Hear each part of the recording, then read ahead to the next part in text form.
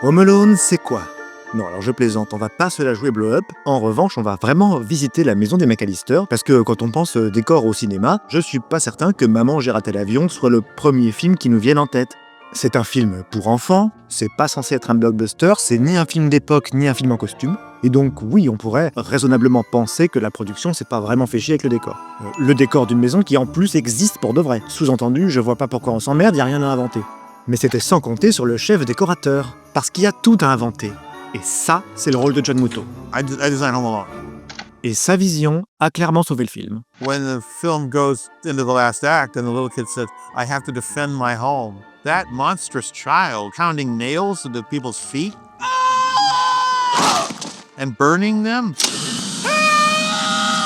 if he wasn't justified. If you didn't have that house so special, none of that shit would work. And if you don't believe me, all you have to do is look at Home Alone 2. Oui, alors Home Alone 2, on y reviendra. En attendant, c'est pour qu'on s'implique émotionnellement qu'il a imaginé un véritable cocon familial. Alors, il n'était pas tout seul, il avait à ses côtés un directeur artistique et une équipe de décoration de plateau. Une poignée de talents qui n'avaient qu'un seul objectif, nous donner envie de défendre une maison qui, à elle seule, devait pouvoir justifier le dernier acte. Et cette maison, on la connaît par cœur. Elle est rouge, elle est brique, elle est papier peint, elle fleure bon les années 90, elle frise même parfois le kitschissime. Pourtant, à chaque fois que je regarde le film, je redécouvre les lieux. Donc, comme cette année on fête les 35 ans du film, oui déjà, Mom? j'ai mené ma petite enquête pour tenter de percer les derniers mystères d'un décor parfaitement sous-coté. Alors viens dès ma bande, c'est l'heure de visiter la maison des McAllister. Hello.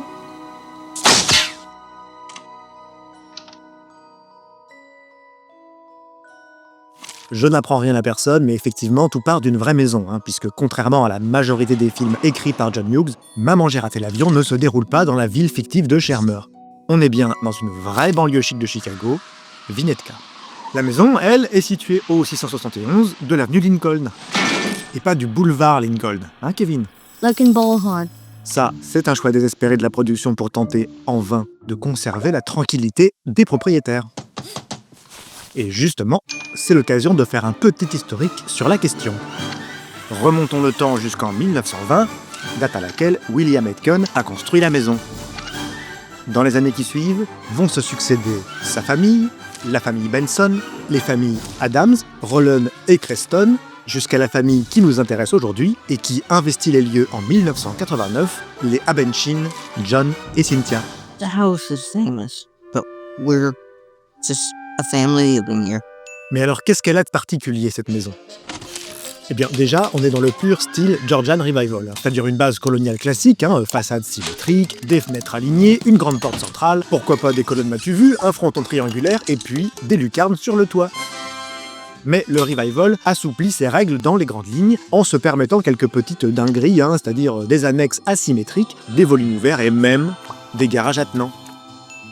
Des folies qui vont se poursuivre au fil des propriétaires, puisque chacun va y laisser sa marque, et en 89, c'est justement les Abenchin qui vont faire la une de la presse pour raconter leur rénovation complète du 671. Mais donc, quand tu as tout refait à neuf avec tes petites mains, que tout est propre et beau, puis qu'un matin, t'as Chris Columbus qui vient frapper chez toi pour te demander si, par hasard, lui et 50 types pourraient pas venir s'installer chez toi 3-4 mois, histoire de tout repeindre en rouge et vert pour faire un film de Noël, tu hésites un peu. Heureusement pour nous, Cynthia a une sœur qui menace tout simplement de couper les ponts avec eux s'ils refusent. Alors ils acceptent, Of course they do. Oui, parce que les Abenchin sont des dingues de Noël. John Muto et Dan Webster se mettent donc au travail et accouchent d'un décor qui semble épouser les contours de la maison d'origine, mais qui en fait ne rentre pas dedans. We couldn't really shoot in their house. It's just far too small to get the crew in the door. Et quand j'ai demandé à Karen Fletcher si j'étais taré, ou si vraiment le décor était trop grand pour rentrer dans la maison, elle m'a répondu que j'étais pas taré. Enfin, en tout cas, qu'effectivement, les dimensions avaient bien enflé de 15%. Et c'est beaucoup 15%. C'est plus que Pécresse.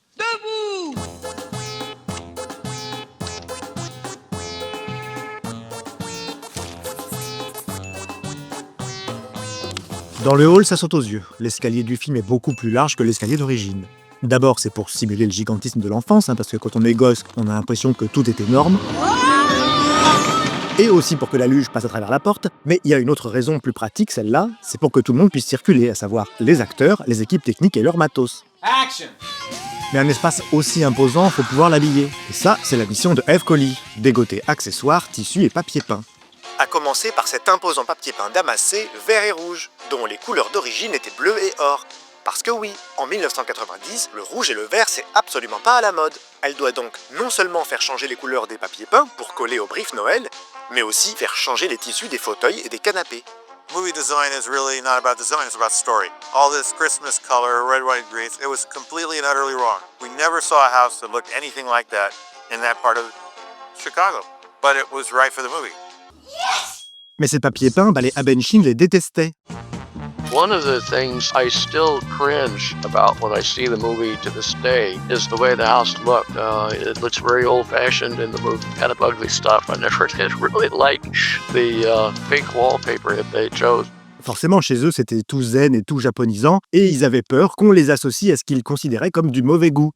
Mais franchement, ils auraient pu choisir un autre combat, parce que les papiers peints sont devenus cultes, alors que la déco a quelques petits problèmes de stabilité. Tiens, par exemple, l'arbre et son pot changent au cours du film. L'applique se déplace, et même les camélias de l'escalier s'inversent entre les plans, passant aléatoirement de gauche à droite et de droite à gauche. Une déco parfaitement quantique de Noël. I guess you could say that. Voilà. Mais puisqu'on parle des gravures botaniques, eh bien, il faut savoir que les murs des McAllister en sont remplis. Et pour une raison très simple, s'éviter des problèmes de copyright, puisque ces reproductions sont quasiment toutes tombées dans le domaine public. Mais il y a une autre raison, plus sous-textuelle cette fois-ci, c'est que ces gravures sont de véritables éléments décoratifs des maisons de famille bourgeoises, ce qui aide à donner vie à la famille McAllister tout en respectant un budget serré. Et à propos de budget serré, Hi, I'm Carolyn Gatto, and I'm here to let you in on a terrific decorating secret. Good taste doesn't have to be expensive. Your home can look exactly the way you want it to without breaking the bank. How can I be so sure? I've discovered the Bombay Company. et la compagnie Bombay, c'était un peu l'IKEA rustique des années 90, qui vendait des reproductions pas chères de mobilier ancien, mais à monter soi-même. Et on va le voir, mais la quasi-totalité des meubles des McAllister viennent de là. Une solution d'ailleurs trouvée in extremis par une équipe déco qui se faisait rappeler à l'ordre par la production pour dépassement budgétaire. Il faut dire que jusqu'à présent, ils se fournissaient en véritables antiquités chez Anna's Mahogany, ce qui est certes très chic et très cher. Donc de véritables économies, de quoi mettre du beurre dans les épinards. I'm starving! Et ça tombe bien, on passe à la cuisine. I want a hippopotamus for Christmas. Et on y entre par une simple ouverture, pas de porte, aucune porte, sauf évidemment dans le plan extérieur où une porte sauvage apparaît. C'est la vraie porte des Abenchin. Voilà. Mais commençons par l'extérieur, avec le revêtement en briques, qui est une invention complète de la production. Ils ont choisi de recouvrir un porche qui était ouvert à l'origine, histoire de véritablement isoler Kevin du monde extérieur. Et si on fait attention, on peut même voir dans les briques la signature de l'équipe déco, qui va transformer le motif du vrai mur de la maison en y intégrant des petites frises. Une frise, un bloc de briques, une frise, un bloc de briques, etc. L'espace intérieur, quant à lui, est divisé en deux.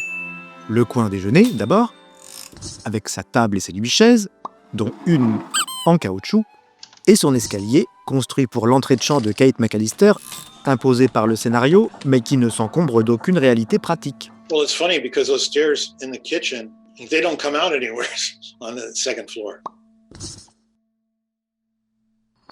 En face, c'est l'îlot du coin cuisine, contre lequel Kevin embroche son frère, renversant les verres sur les passeports, poussant Peter McAllister à éponger un peu trop vite, jetant au passage l'enveloppe de Kevin.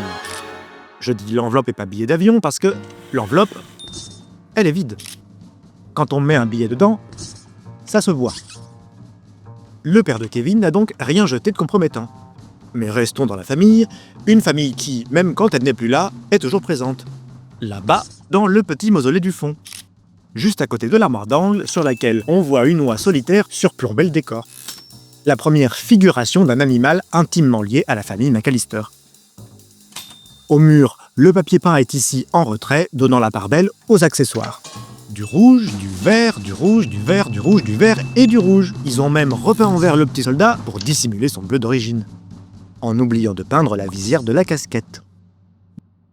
De l'autre côté, même combat, pour éviter un cluster visuel, mais surtout pour lever les problèmes de copyright, les figurines de Kevin Starting Line-Up ont elles aussi été maquillées. Ce qui n'est pas le cas des nombreux placements de produits propres à la cuisine, comme le Pepsi ou la télévision. Un combo télécassette Emerson, que Kevin télécommande à 2 reprises, quand il fait fuir les méchants, et quand il s'achète une pizza. How much do I owe you? Sauf que Kevin n'est pas censé pouvoir gérer cette télé à distance. Le VCT-120 est une télé portable qui ne peut pas être pilotée à distance. Il n'y a pas de capteur infrarouge, uniquement des gros boutons en plastique. Et Kevin peut bien changer de télécommande que ça marcherait pas plus. Oui, entre le plan large et l'insert, c'est plus la même télécommande. Résultat, 2 séquences clés qui rejoignent la liste de l'impossible. Tout comme celle du chalumeau. Un Autoberns vintage peut pas être déclenché avec une gâchette. Non seulement parce que c'est un système de pompe manuelle, mais en plus parce qu'il faut le préchauffer avec de l'essence. Sauf que penché à 45 degrés, l'essence, elle reste pas dans la coupelle. Désolé Semcult, je sais que ça va t'embêter, mais tu dois disparaître.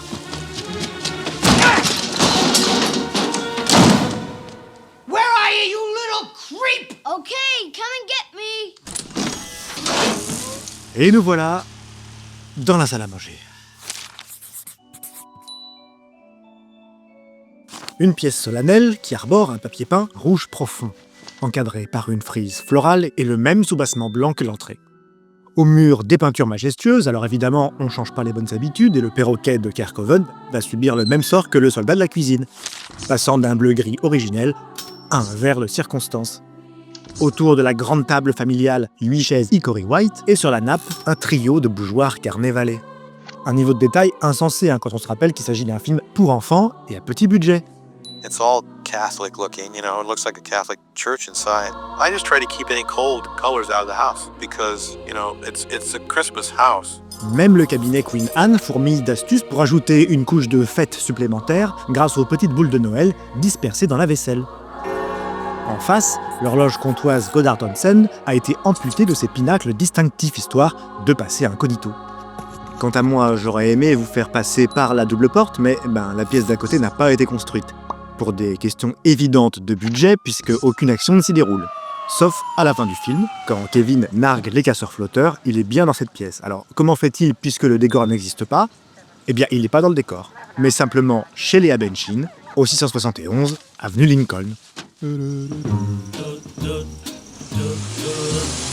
Mais comme le reste du décor existe, eh bien, passons au salon. Qui dit maison de Noël, dit sapin de Noël. Et à ce titre, le salon des McAllister est la pièce maîtresse de la maison. Le sapin, lui, n'a peut-être pas la grandiloquence des sapins du 2e film, comme celui du Rockefeller Center ou celui du Plaza, mais bon, on sait à qui était le Plaza. Pour autant, le sapin du premier film est le moins impersonnel, puisque c'est Kevin lui-même qui se charge de la décoration. C'est lui qui le découpe, c'est lui qui accroche les boules de Noël, et c'est lui qui dispose les cadeaux au pied du sapin. Il prend même le temps de disposer les chaussettes de chaque membre de sa famille sur la tablette de la cheminée. Il le fait pour se donner du courage, mais surtout pour communier avec une famille qui, depuis Paris, risque bien de fêter Noël sans lui. Mais contrairement à ce qu'on pourrait croire, il est loin d'être seul. De nombreux animaux veillent sur Kevin en permanence. Un braque de Weimar en béton garde le salon, 2 pans en laiton protègent la cheminée. Quant au faisant exotique du fauteuil club américain, il est là pour dissuader quiconque de s'approcher du salon. N'est-ce pas, Marvin ? Au mur, une paire de Staffordshire en céramique apporte inconsciemment une touche de réconfort nécessaire. Une pièce culte d'Arthur Wood, prisée depuis les années 20 et qui reste aujourd'hui un élément décoratif intemporel. J'en ai encore croisé un hier en vitrine. Une faune chaleureuse donc, et qui ne serait pas complète sans les oiseaux du papier peint. Un papier peint à la fois en retrait et ornemental, parfait pour filer la métaphore Noël. Noël qui s'incruste jusque sur le piano, puisque en lieu et place des partitions attendues sur un pupitre, on a en fait une collection de livres pour enfants. Mais de toute façon, le piano n'est pas là pour la musique. Il est là pour éviter les potentiels problèmes de raccord, l'instrument étant véritablement présent dans la maison des Abenchin lorsque les équipes tournaient les scènes extérieures. Et quand on a fini de tourner un film, qu'est-ce qu'on fait? Ben on le regarde. Alors, direction, le salon télé.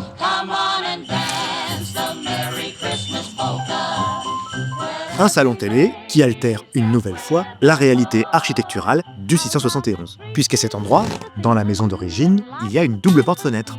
Une ouverture qu'on voit peu, mais qui sera quand même murée par les équipes par précaution. À l'intérieur, le papier peint statutaire est uni et texturé, un modèle identique à celui de la salle à manger, mais dans une teinte vert sapin. L'espace, quant à lui, est à nouveau divisé en deux, avec un coin jeu de société qui n'est pas le plus mis en avant, mais dans lequel on pourra voir le tonton relou pris en flagrant délit de kiff, tout comme les mannequins de Kate McAllister qui s'improvisent joueurs de poker. Le coin télé, en revanche, est le véritable terrain de jeu pour Kevin. C'est là qu'il découvre le film fictif le plus connu de tous les temps, Keep the change, you filthy animal. film qui lui donnera des idées machiavéliques. You better come out and stop me. Sans remarquer les fulgurances superbes que la décoration a glissées dans la bibliothèque. Ainsi, entre autres cassettes, livres et jeux de société, on y retrouve des serre-livres à tête de reine en laiton, qui côtoient des sculptures délicates comme ce rouge-gorge d'Andrea by Sadek. Il est d'ailleurs temps de faire comme lui et de s'envoler jusqu'au premier étage.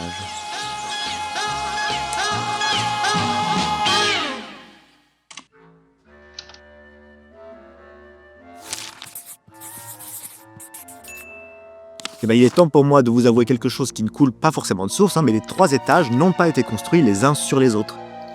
Pour faciliter le placement des lumières et des caméras, on les a installés sur le même plan. Le grand escalier de l'entrée est donc répliqué sur le plateau de l'étage. Et c'est la magie du montage qui se charge de relier les 2 espaces. Plateau A, plateau B.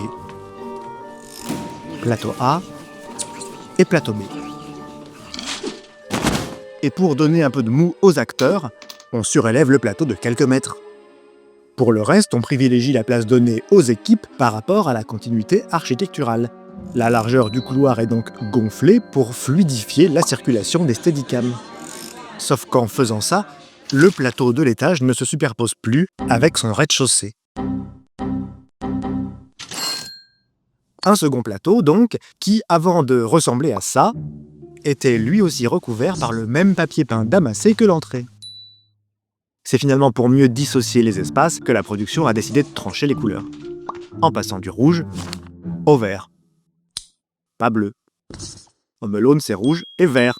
Et le papier peint de l'étage, c'est le même que celui du salon télé.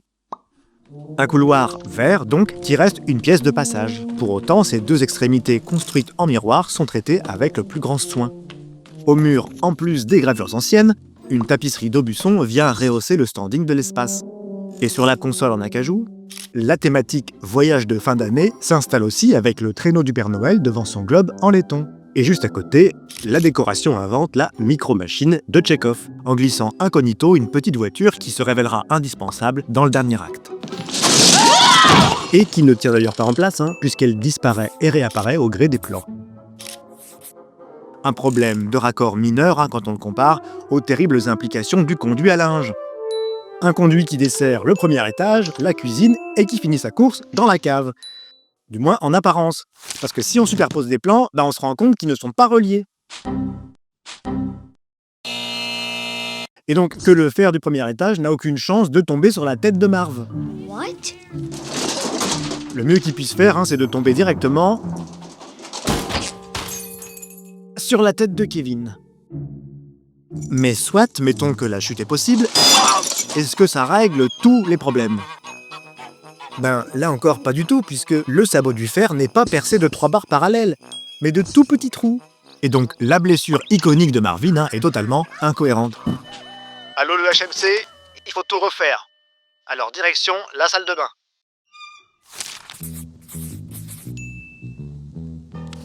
Ici, un proche parent des oies évoque une 2e fois l'animal totem des McAllister. Des cygnes partout sur le papier peint. Il veille sur un espace qui fera un 180 degrés complet entre Home Alone et sa suite. Dans le premier film, le lavabo est à droite et la baignoire est à gauche. Mais dans la suite, c'est l'inverse. Lavabo à gauche et douche à droite. Mais ça ne s'arrête pas là, parce qu'une 2e porte apparaît nulle part et qui communique direct avec la chambre de Kevin. Mais c'est la salle de bain familiale, pas la salle de bain privative de Kevin. Il peut pas faire le tour.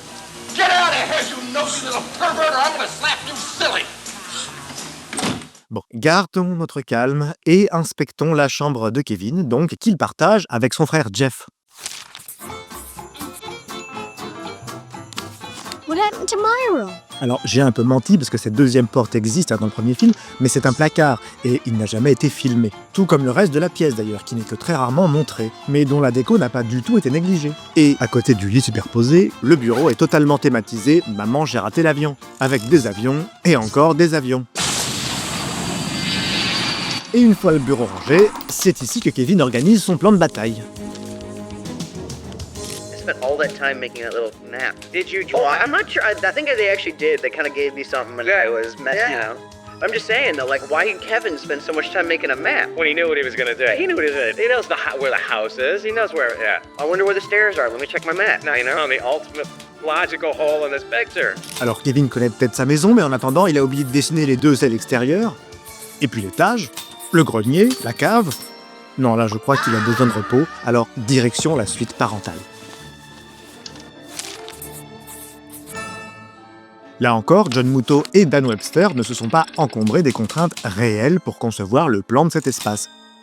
Exit donc le trio de fenêtres, pourtant visibles à l'extérieur cette fois-ci, pour pouvoir positionner leur lit contre un mur plein.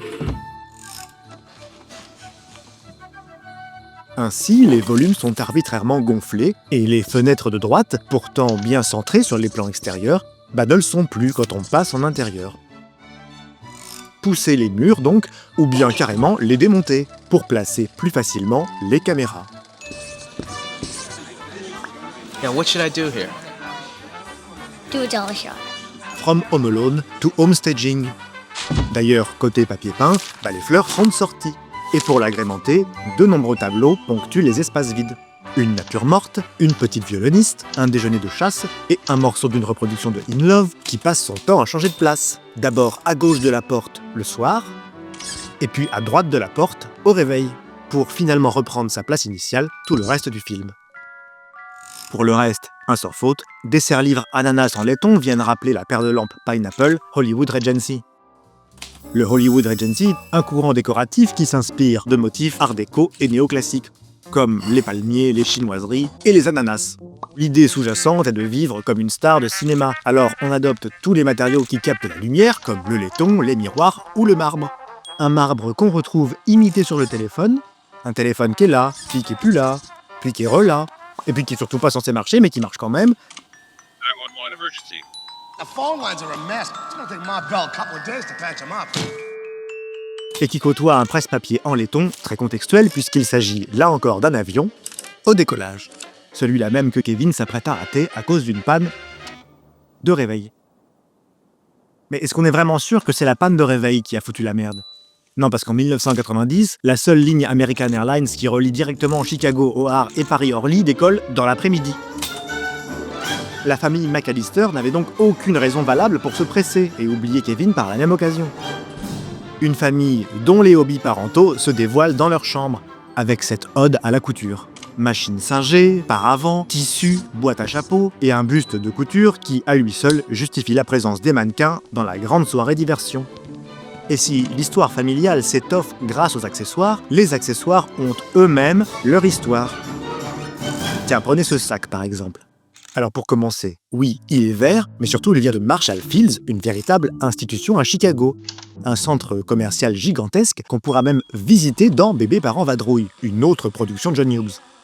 Et le sac, il se tape déjà l'incruste dans une encore autre production de John Hughes. Le sapin à les boules. Juste là. Quant à cette famille de 4 oies en laiton sur l'étagère, c'est l'ultime évocation de l'animal totem de la famille.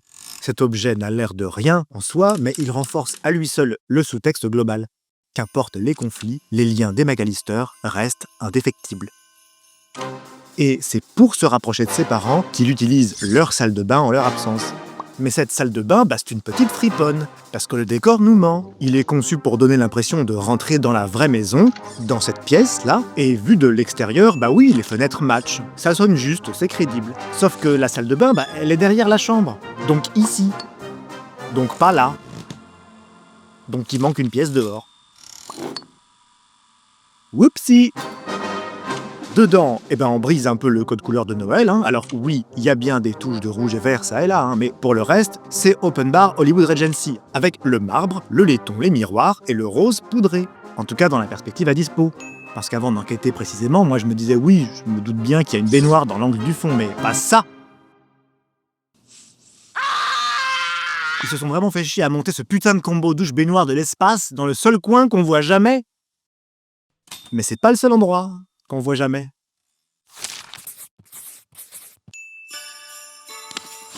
Si on sort, on tombe sur la première pièce invisible. Est-ce que c'est une pièce de passage? Est-ce que c'est un bureau? Ou est-ce que c'est la chambre de Lini, peut-être? Rien n'est clairement établi. Alors, me concernant, je trouve le papier peint un peu trop marqué pour habiller une chambre d'enfant, mais devinez quoi? Ce papier peint était déjà présent dans Le sapin à les boules. Encore. La boucle est bouclée. Voilà.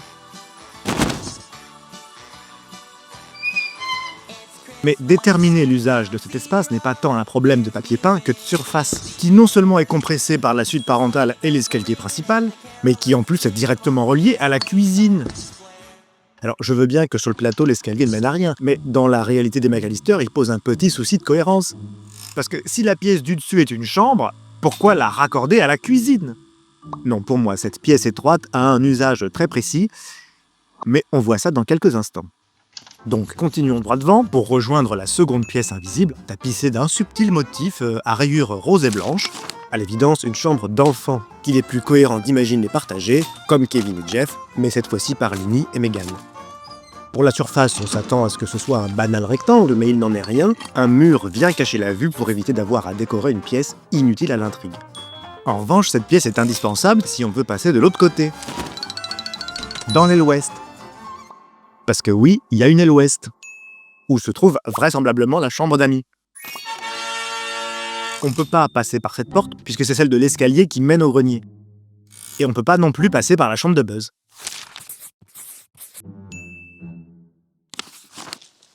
Il y a bien une porte, mais c'est un placard. Alors, commençons par l'éléphant dans la pièce. Cette troisième fenêtre qui sort de nulle part. On nous montre assez fréquemment la coque extérieure pour comprendre que tout est symétrique, et qu'il n'y a aucune raison qu'on se retrouve avec une fenêtre de secours. Or, la production s'est dit « Non, non, non, on va ajouter une fenêtre parce qu'à un moment, il faut que Kevin regarde chez le voisin d'à côté. » Alors pourquoi pas simplement faire déménager le voisin en face? Je veux dire, c'est pas les maisons qui manquent sur Lincoln Avenue. Et c'est pas les fenêtres qui manquent chez les McAllister. Un mystère qui reste donc aussi entier que la décoration est parfaite. Des posters en tout genre, fusils pour le coup de Tchekhov, un panier de basket à linge sale et même une sculpture de Franzetti en guise d'interrupteur. Et puis il y a cette étagère. C'est Eve Coley qui s'est chargée de la décorer et elle a dû acheter chacun des accessoires qu'on voit sur cette image en 3 exemplaires. D'abord en cas de reshoot évidemment, mais surtout en cas de casse. Parce que je vous rappelle que l'étagère, elle a une toute petite contrainte. Et moi je trouve ça hallucinant. Mais peut-être pas autant que l'escalier du grenier.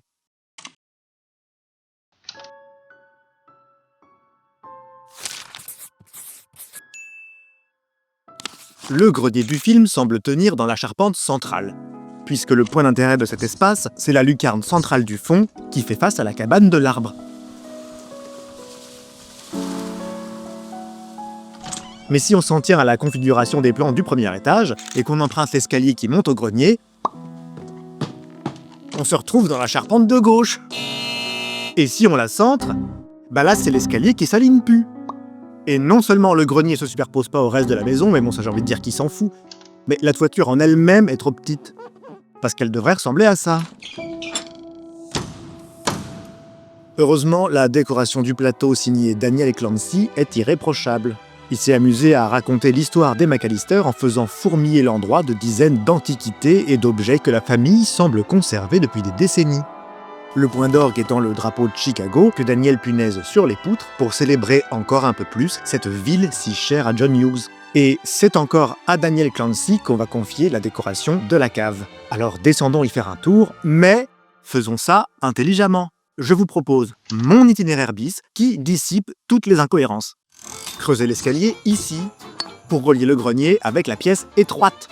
Sa fonction est alors claire, c'est une nouvelle pièce de passage, avec un escalier qui descend à la cuisine, puis à la cave.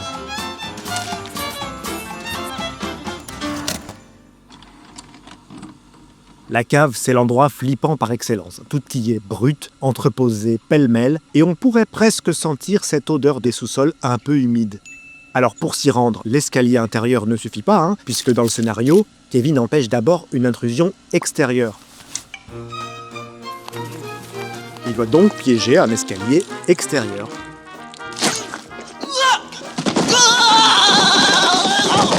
Sauf qu'il n'y a pas d'escalier extérieur chez les Abenchin.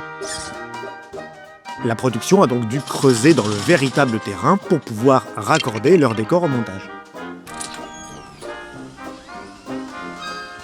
Et une fois à l'intérieur, c'est une création signée John Muto qui truste l'attention. La chaudière volontairement cauchemardesque. Furnaces don't look like that at all. It's a totally fake furnace. That's totally from my imagination. But the furnace was going to come to life in the nightmare sequence. Kevin eats too much ice cream and he has a nightmare. And the furnace would be like an octopus. And it would chase him around the house and up onto the roof. Une véritable séquence horrifique qui n'a finalement pas été tournée, pour ne pas changer le ton du film, ce qui aurait pu altérer ce lien fragile qui nous unit à la maison. Et alors quand on a tout ça en tête, ce débordement d'œuvres d'art, d'accessoires, de vie, de créativité et de connaissances artistiques des équipes déco, et qu'on visite la maison du deuxième film, y a comme un sentiment de manque, d'inachevé, voire de vide. Les tableaux ont disparu, la famille est décimée, des portes viennent boucher les espaces qu'on n'ira pas filmer, parce que c'est vrai, la maison du deuxième film, c'est pas le cœur du deuxième film. Mais quel rendez-vous manqué! On croirait vivre une expérience d'urbex.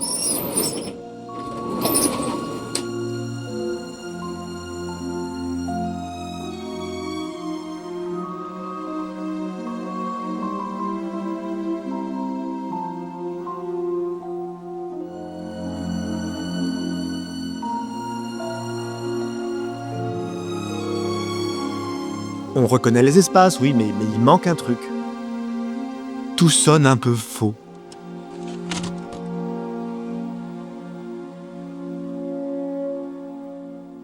D'ailleurs, dans Home Alone 2, Kevin ne défend plus une maison. Il défend un chantier. Et même le dernier acte est mal compris. Dans le premier film, Kevin essaye de ralentir des méchants à ses trousses. Dans le deuxième, il balance des briques gratos. Mais il a rien fait. It's a great, funny movie, but with the first movie, we never got a complaint.